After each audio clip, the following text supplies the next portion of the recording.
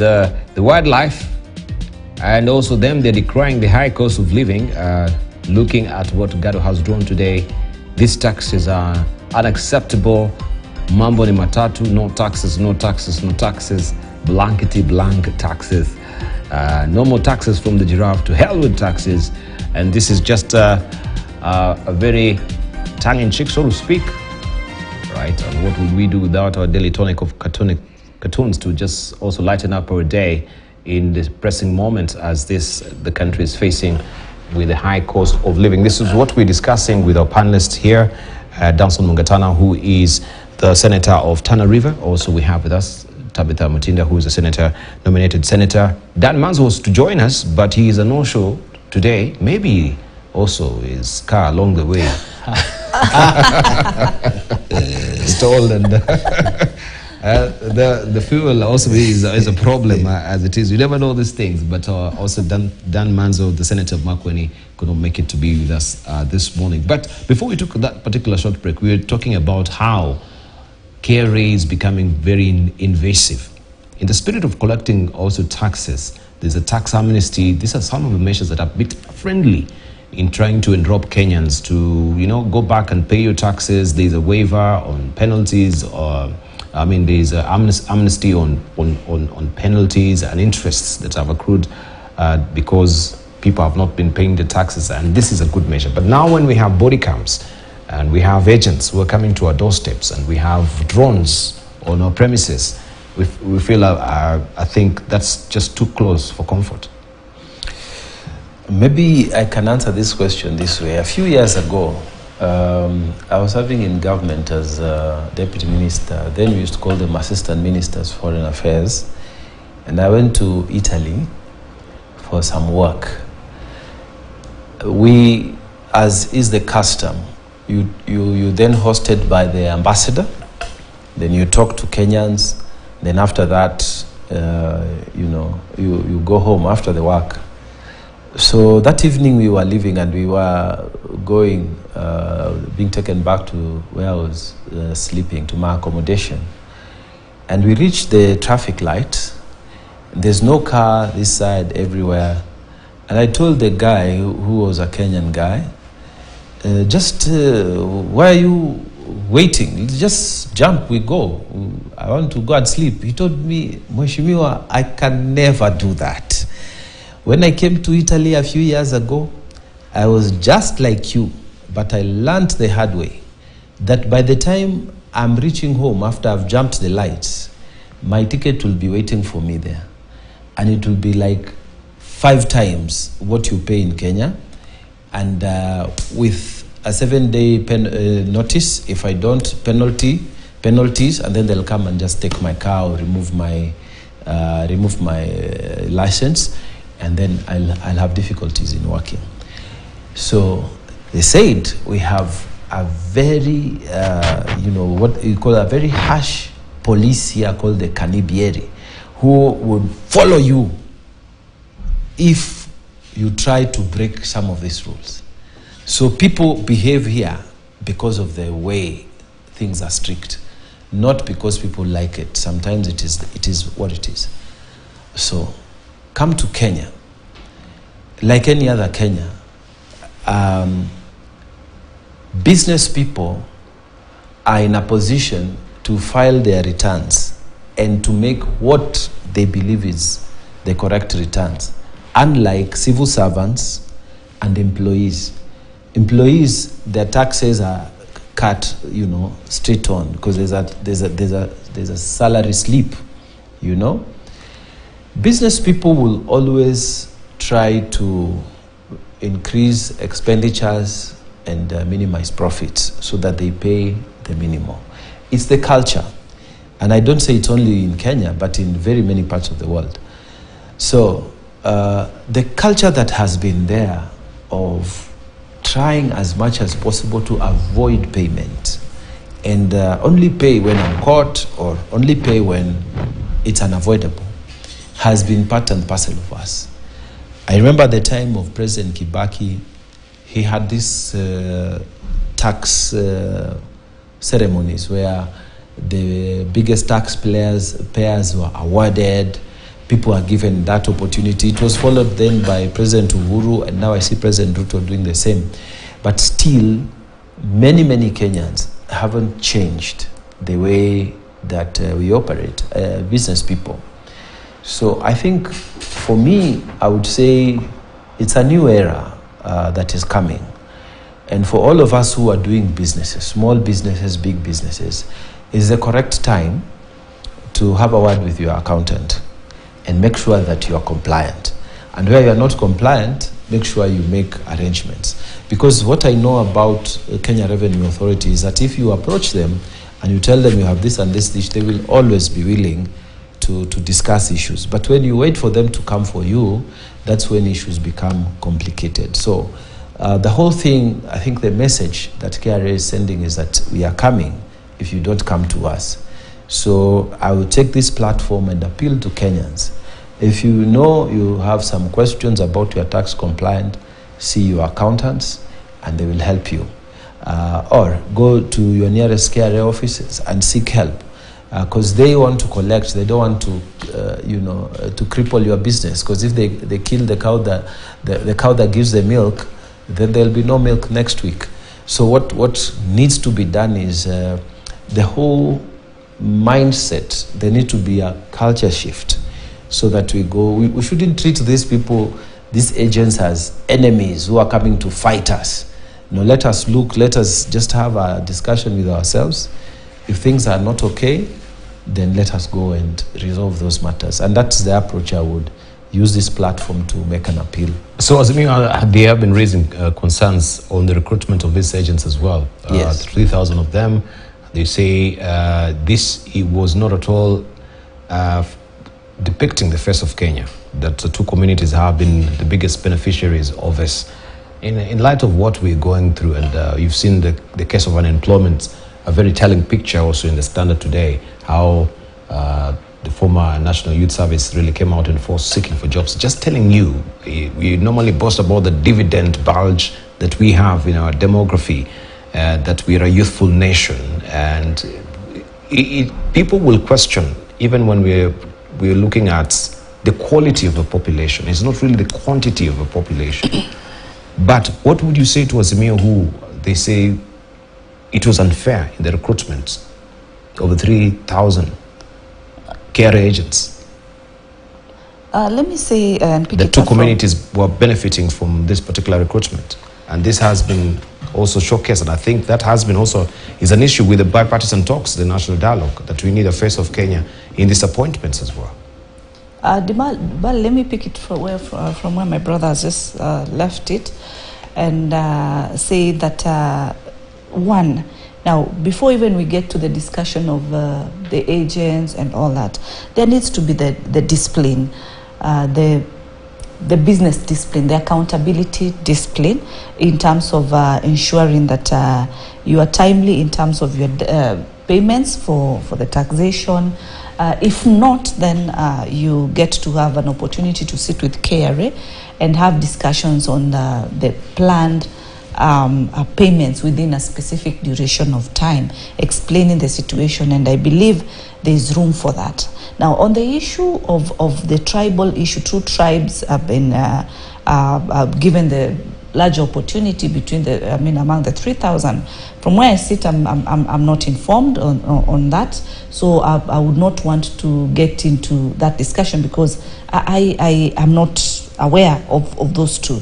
From where we sit as Kenya Kwanza, and I want to give my own example myself on this tribal issue. To be very honest, from where I sit, I come from an eastern region, and I've had an opportunity to be in Kenya Kwanza and have this platform that I have today, something that I'm very grateful. Actually, in our list of the nomination, I'm the only one from the eastern region, but we still had others from other particular regions, something that I say it was fair, because then if it was only for two, then we would not even have had the opportunity. So when it comes to that discussion from Azimio saying that only two communities are in place, I'm not aware of that, unless now actually I'm able to see that this is the situation. You remember where we just note that where we are, we are in 2023 whereby we are mostly even using English names.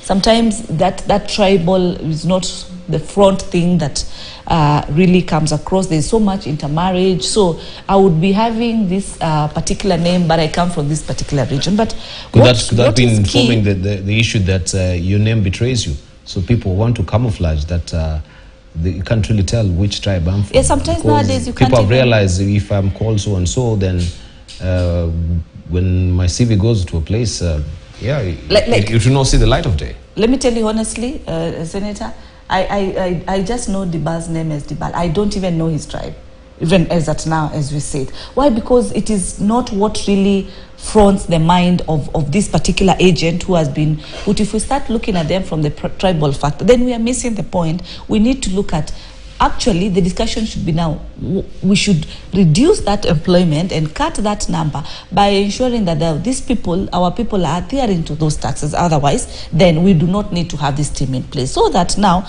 we get into focus on our youths. And I want to really, on this topic of our youths, NYS, first I want to really appreciate them so much that, you know, when you're looking for a job, you have to wake up. You have to go to the ground. You have to go to that employer and be able to present your case. So first things first, for me, I really want to appreciate those youths who took their time, traveled all the way, and were there confidently to be able to present their case. I appreciate them. Three, one, the skills that they've been able to get, because for you to be there, you must have had some qualifications in one way or the other, and really appreciate to the level that they've been able to get to. Yes, there's the hard reality of now the number of youths versus the opportunities that were in place. There are only 350 for KDF, and of course a lot were disappointed. But I listened, I was watching your news yesterday, and one of the candidates said that the process for her was free and fair. Why? Because now they were able to present their documentation. I think I had an explanation of a very good and good, you know, I've not done NYS, I don't know it, but they felt that it was just free and fair because we didn't have issues coming about in terms of any corruption issues or anything like that. So the process was fair. But now the discussion should be much more on then how can these youths, especially from NYS, be able to benefit from government. One of my key proposals would be, you see, they gain a lot of skills. And we could be able to open opportunities through the different government institutions, especially the security sector. Instead of having some of these guards guarding from the private firms guarding the government institutions, we should be able to give these young men and women opportunities as guards in the different government institutions in this country, cutting across, even extending it to the different county offices. Instead of having private sector security firms, which over time we've been able to see. And actually, I have a case that I think is on my desk in terms of issues that are coming about by the watchmen, the guards, in short. There are issues that they are really not anchoring so well, but that's for another day.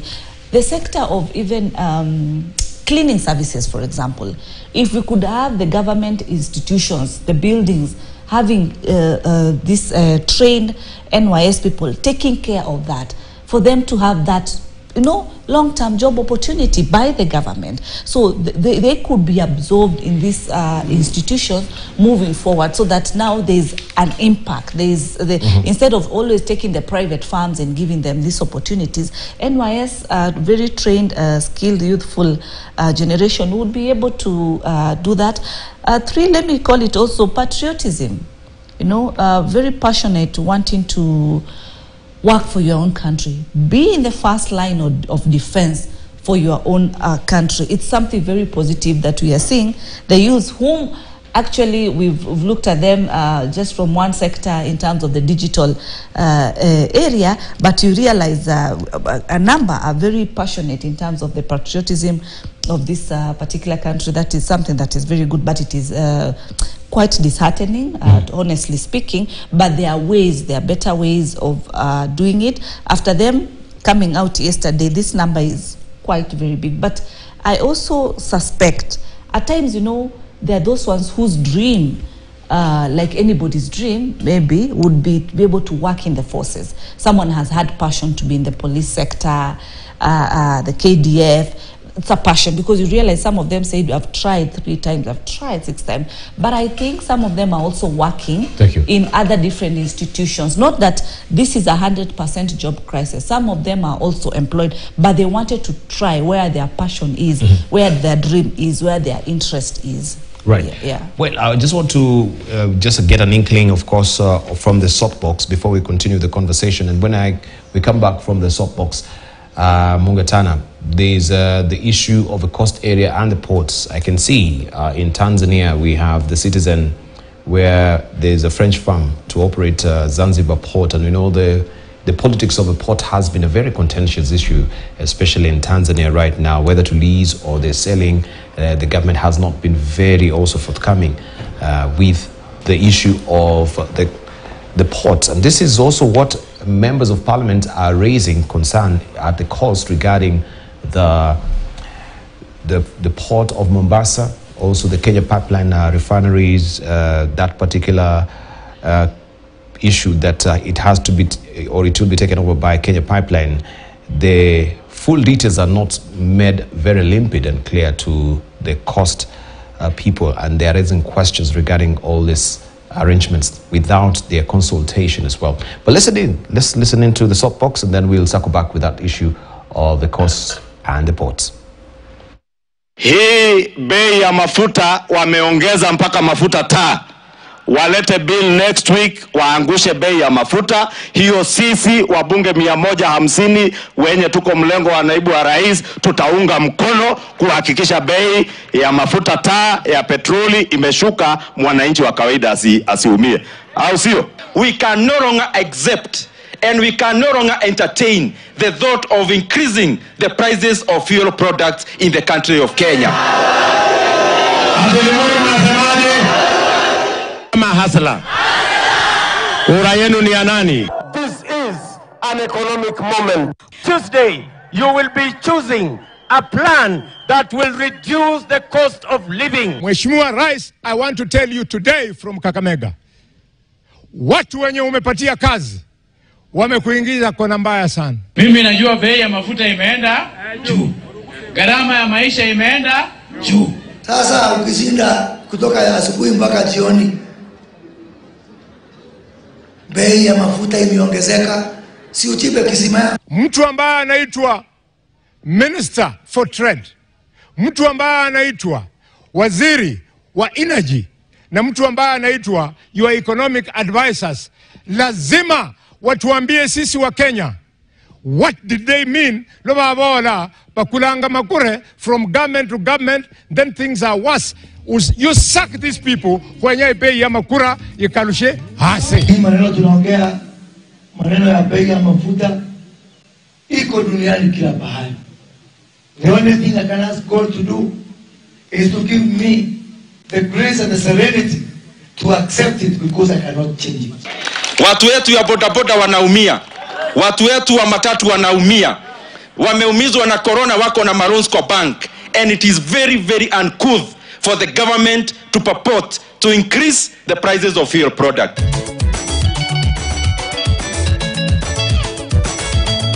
Kwa historia ya taifa la Kenya, hakuna siku mafuta imepita shilingi 200. Leo hii mafuta ni shilingi 211. Sisi tumesema wakati huu hatutakuwa na maandamano, bali tutakuwa na njia nyingine ya kuambia serikali, kama mmechoka na kazi, ondoka. Na kitu kinatuvunja moyo zaidi ni kwamba wanaongea na kiburi, wanaongea na majivuno, wanaongea na madharau. Kwa sababu inakuaje ulimi yako inabadilika wakati unaomba kura, na wakati umeingia pale unaongelesha wananchi vile unataka. Lazima sisi viongozi tupatie president solution.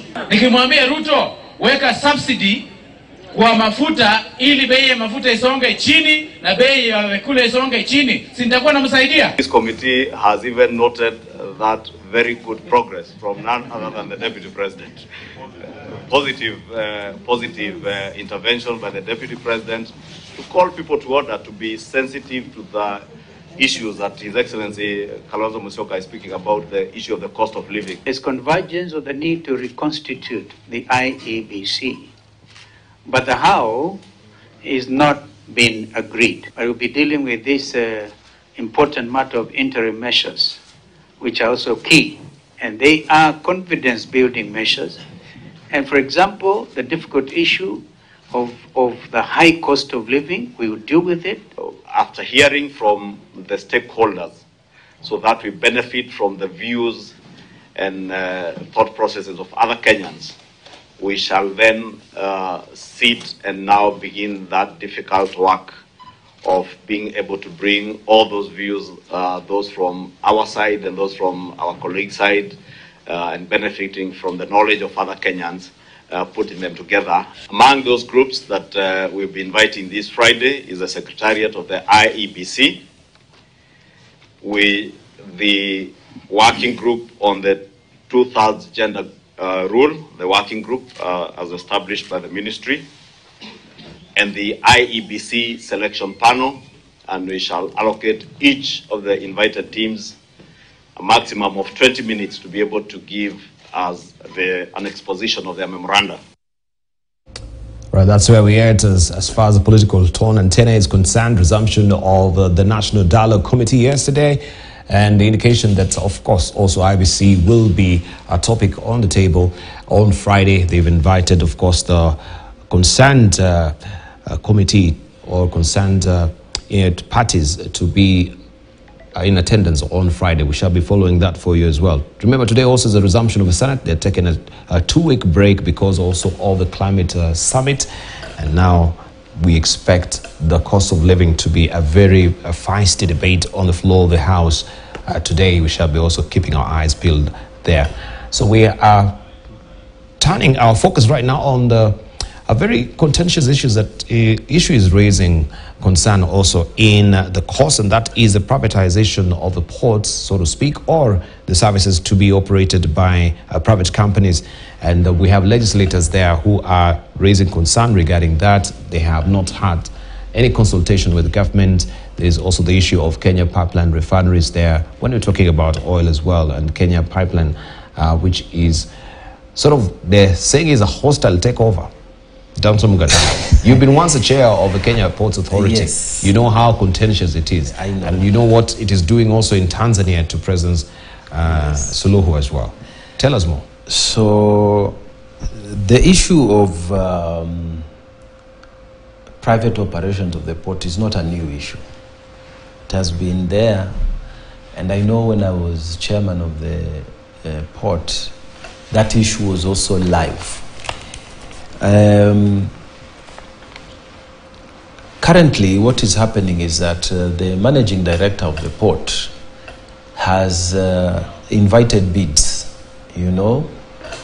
so that berth number 11 to 14 in Mombasa can be operated by a private company. That is the bid. And then also, he has invited bids for the Lamu port for berth number 1 to 3 to be operated by a private person, and also another bid for the setting up of a special economic zone in Lamu. Now, what the members of parliament from my region are saying, they are opposed to those plans, and they have in fact arranged a meeting to have a meeting with the board of directors of the port of Mombasa, KPA, so that the issues can be made clear to them. And I think the same questions are coming up. Were leaders involved? Was there public participation? What is the impact, the actual impact of privatizing? Berth number 11 to 14 at Mombasa, berth number 1 to 3 at Lamu Port. What is the actual impact? Now, I think the same mistakes that were being done previously are being repeated in this time again, because there's no consultation. There's the whole thing has not been as public as it should be. And when members of parliament are coming in to the leaders who are coming in to say, we have some questions, it's good to listen to them. The greatest fear that is there, and I want to say it was there at that time and it is there now, is that people are going to lose their jobs. When a private person comes and takes over berth number 11 to 14 and says they want to operate as a private entity, the government cannot tell them employ 500 people when they only need 200. The government cannot control their operations.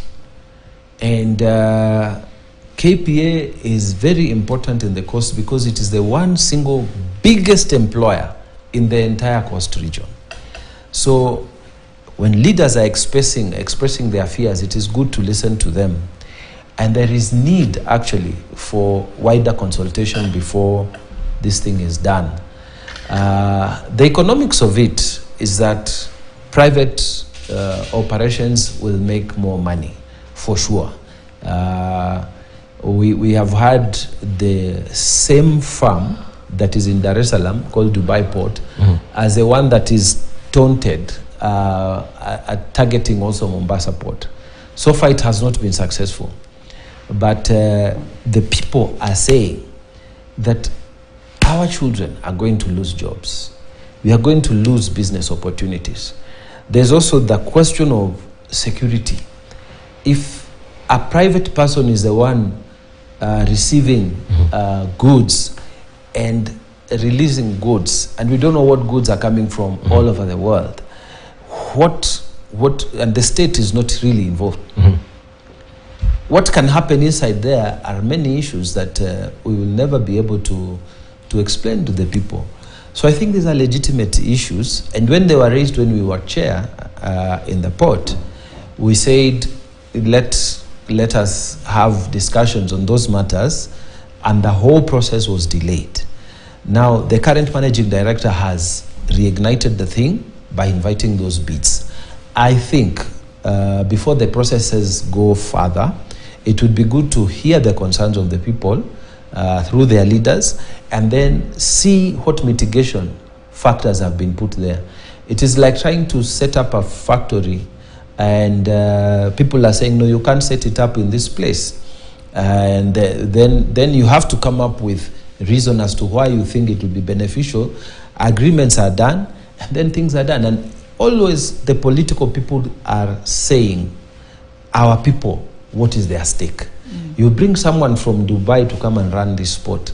What is our people's stake in this? We know when the Kenya Ports Authority is in charge, we have a stake because it's a government thing. Whichever way you look at it, we have a stake. But when it's a private thing that is there, it means they will just block you right out there. You can't even access that place, and there's nothing you can do. They will employ who they want. They can bring foreigners to come and work there. They can bring their own staff. They can do their own things.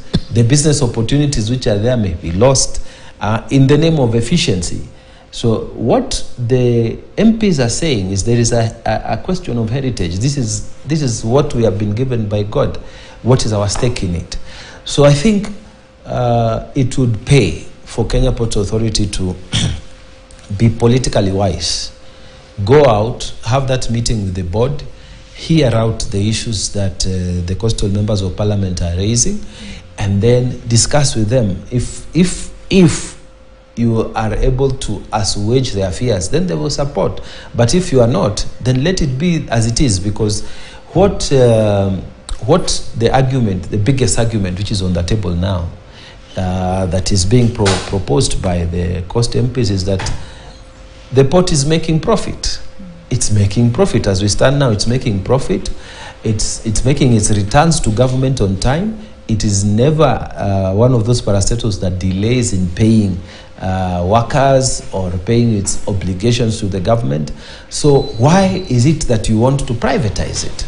You know, that question has not been answered. You know, why do you want to privatize something that is already profitable? Why don't you go to those other, Mumias, KQ or whatever, the ones that have a problem that need maybe, management that will make them profitable?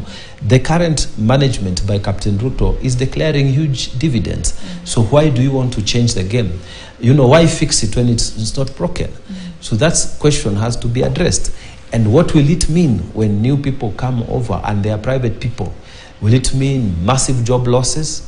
Will it mean massive loss of businesses that are already being done by our locals?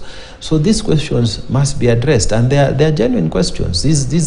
And sometimes. So where is the place of the legislation? Not really legislation, Yeah. but it being, because this is a public asset. Yeah. And you are the stakeholders. Kenyans are stakeholders. This is an asset that everyone wants. He feels that we are proud that we have a port. Other countries are landlocked. Talking of Uganda, Rwanda, around us as well, and we have a port, and it's generating profit. Where is the process propriety? And does the management of Kenya Ports Authority wake up one day and say we're going to give these certain berths to private companies without requisite, approval from concerned parties like you, the legislators? I mean, is it the pre-serve of the board? Is it the pre-serve of the managing director? I think we should answer that question when we circle back from a break, a small commercial break.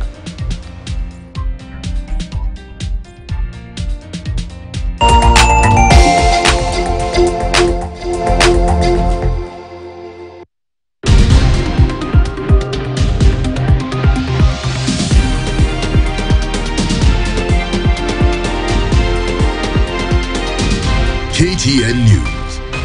Get the whole story. The Eldoret City Marathon 5th edition is here. This edition will be held on the 1st of October 2023. Registration is ongoing online at www.eldoretcitymarathon.co.ke and at select physical registration points that you can find listed on the website. Registration closes on 27th September 2023.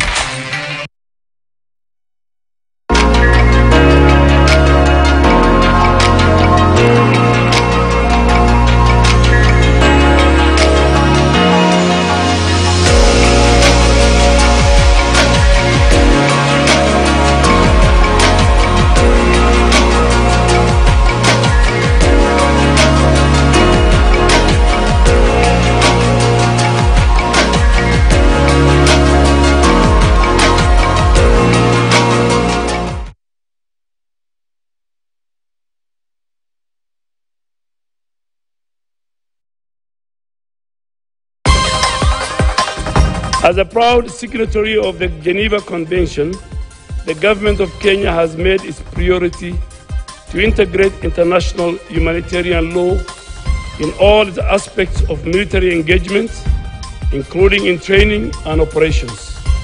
The ICRC has remained our indispensable partner in these efforts.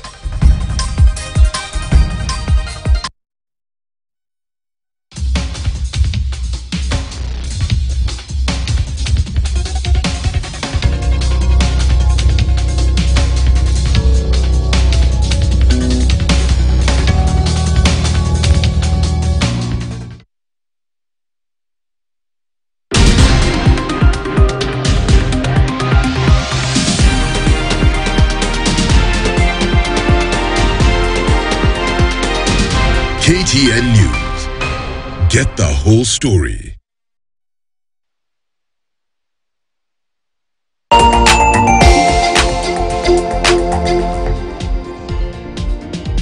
All right, we have the coast MPs who are opposing plan to privatize the port services in Mombasa. Remember also this was a big issue with the previous regime where President Uhuru Kenyatta was trying to hand over the operations of the ports to the Dubai port world and Kenya Kwanza, or it was actually opposed then by some legislators because also there was no public participation. It seems also the same is happening right now.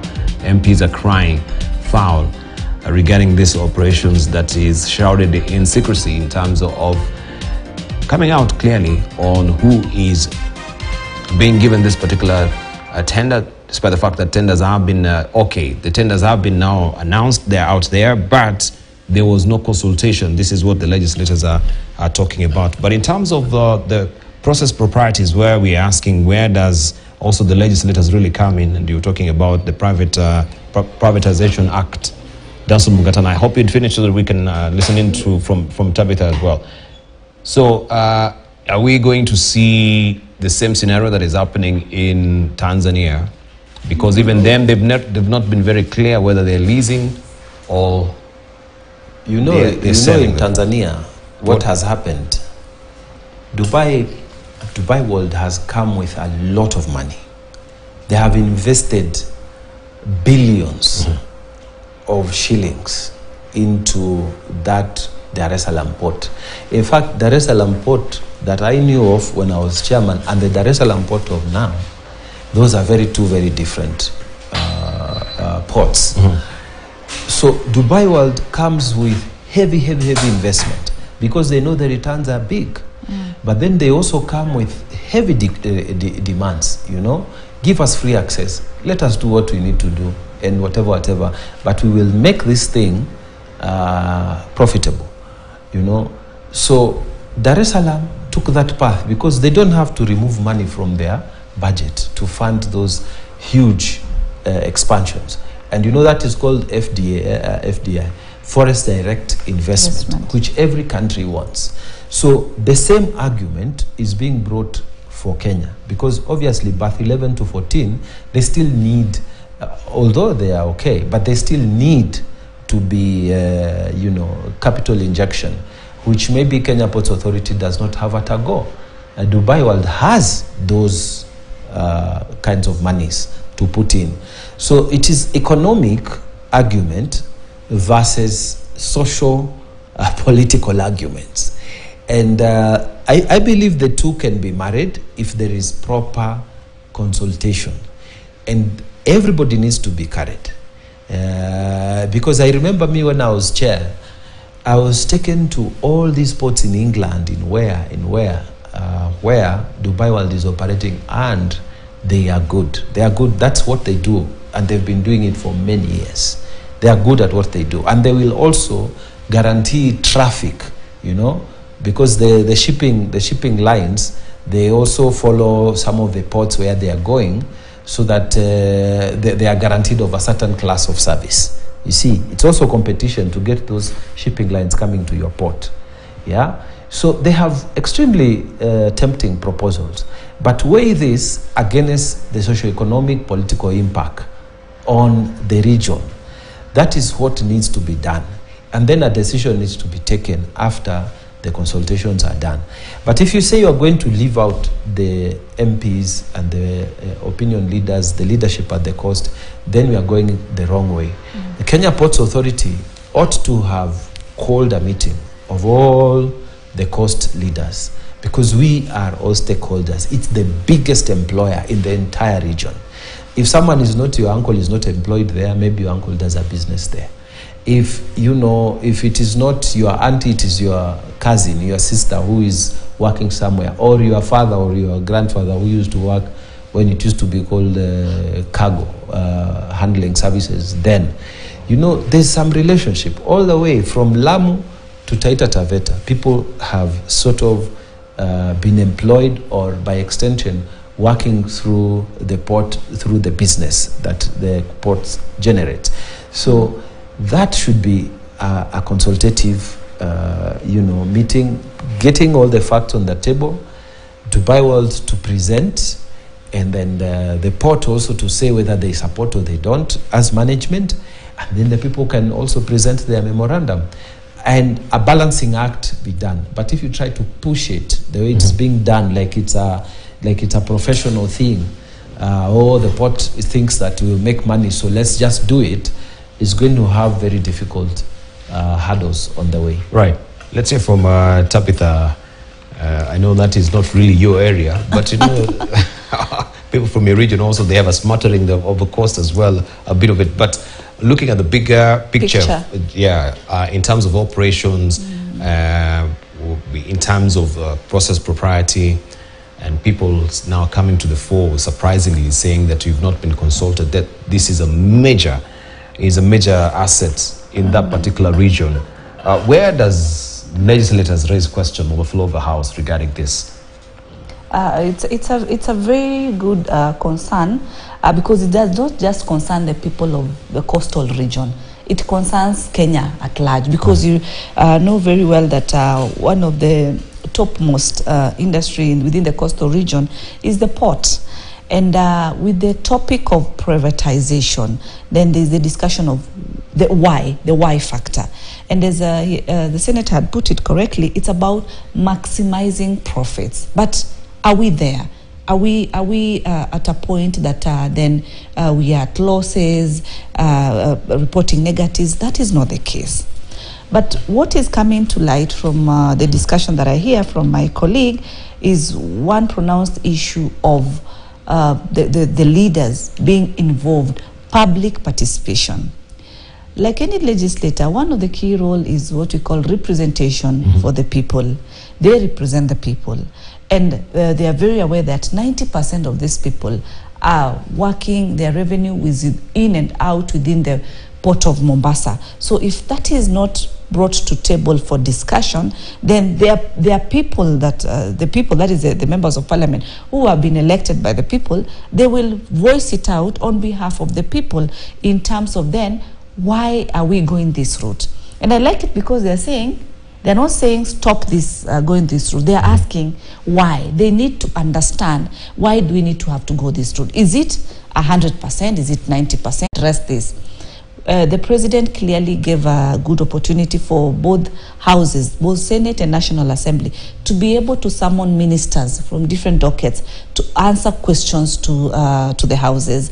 And there's a platform, of course, but before we get there again and summon and be able to ask the minister, the relevant minister on this, in the docket, as to why this process is taking place, the coast MPs have been able to say, why don't we first sit down as the coastal legislators, because they stand a very better chance of understanding the nitty-gritties from their people who have elected them, to be able to understand then, why are we here? Why are we having discussions? Why were we not involved? You know, as much as there's the hierarchy in terms of the minister, the PS, then we come to the boards and all that. But what is key and what is very important is the involvement of the local leaders. And what we've seen with Kenya Kwanza, led by our president, William Ruto, he has always encouraged so much, whereby there's discussion, there's openness, there's putting matters on table and getting to ensure that people are able to agree in terms of the people, I mean in terms of the leaders of different areas, so that we do not get whereby there is halting of any interest of the government in terms of bringing the larger benefit to its people. So if that gap has been skipped, I would say that then it is wrong. There needs to be discussions, there needs to be deliberations between the members of parliament from the coastal region and the port, to be able to understand what is this they want to bring aboard, what is this they want to put in place, and why, what are the benefits? Are we going to be able to increase the jobs? Are we going to be able to reduce? Because I don't think there's any member of parliament who would allow a discussion that we are going to cut down in terms of the job numbers. No. But so in a nutshell, the key point is having a discussion with the leaders from parliament, and with the minister, the PSAs, the board, the people that are involved in bringing this discussion. That is what is should be the priority in ensuring that platform has been given. Right. You see, if on the sugar issues, Western leaders were able to sit down and have a sugar conference. Correct. On coffee issues, Central Kenya leaders were able to sit and discuss. On the port issue, coastal leaders must be involved. Yes. It is the biggest employer. It is everything for us. That is why it was a very big issue for the campaign. So they must treat the coast with equity.